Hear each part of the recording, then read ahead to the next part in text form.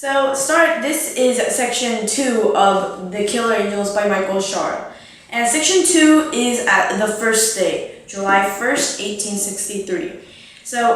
Like I said in the first one, each section are divided into different chapters.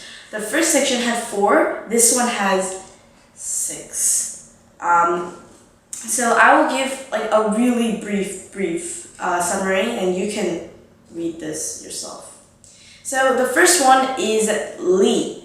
Lee is a commander of the Confederates, and he is his kind of right-hand man. Lee and Longstreet, they are like the duo, like the duo that never gets separated, or at least it's not that way right now, but it changes later. Spoiler alert.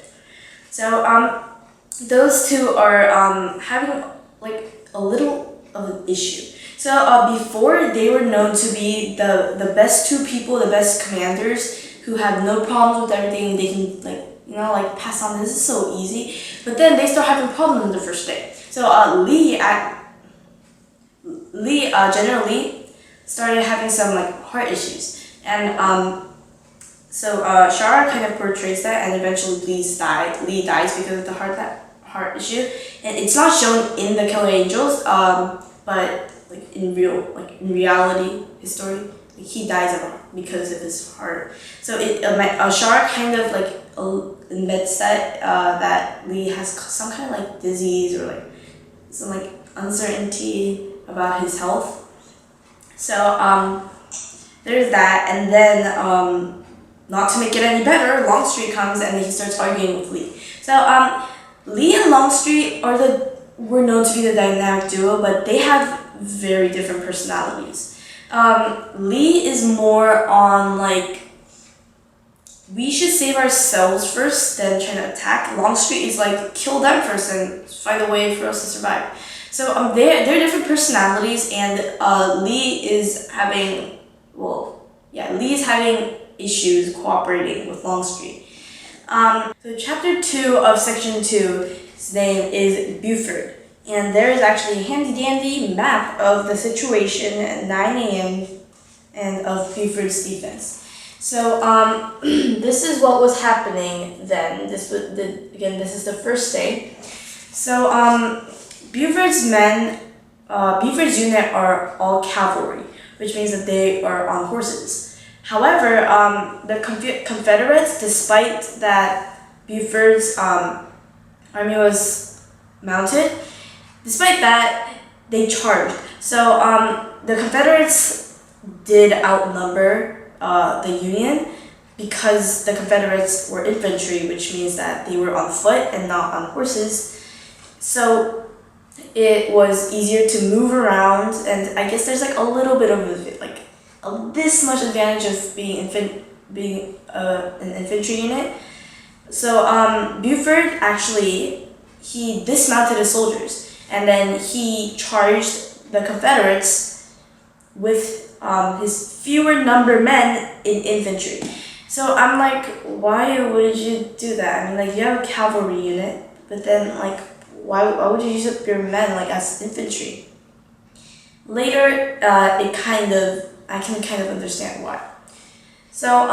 They were going head on, the Union and the Confederate, and the Confederate troops that went to Buford were General Heth's men. And General Heth is just another one of the 100 generals of the Confederate.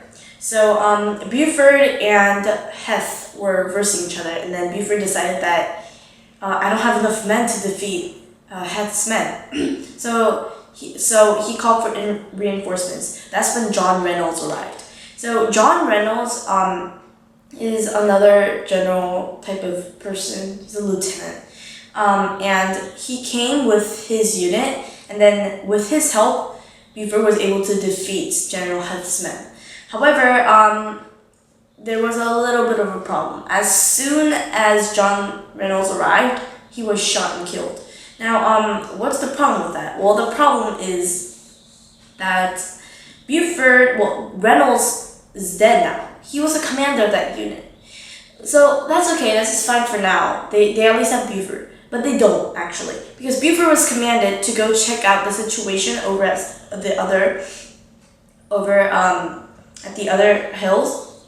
So, and he can't disobey an order. So what happened was that unit, the Union unit, was left without a commander. So it's like really stupid. Yeah, but it just turned out that way. The Union unit didn't have a commander, but since they outnumbered the Confederates with Reynolds' men, they defeated them without a commander. And that's really hard and tricky to do because the commander does all the eyes and ears and brains of the army. Like they either go on high ground or they just stay like level ground and they order, well, like hence the name commander, they command the troops where to go, how to split up, like where to attack, how to attack. Without a commander, they're just kind of fighting blindly. It's like going on Suicide Hill with a blindfold on. Yeah, that's how bad it is. They still won, so I guess that's okay. And that summarizes chapter 2.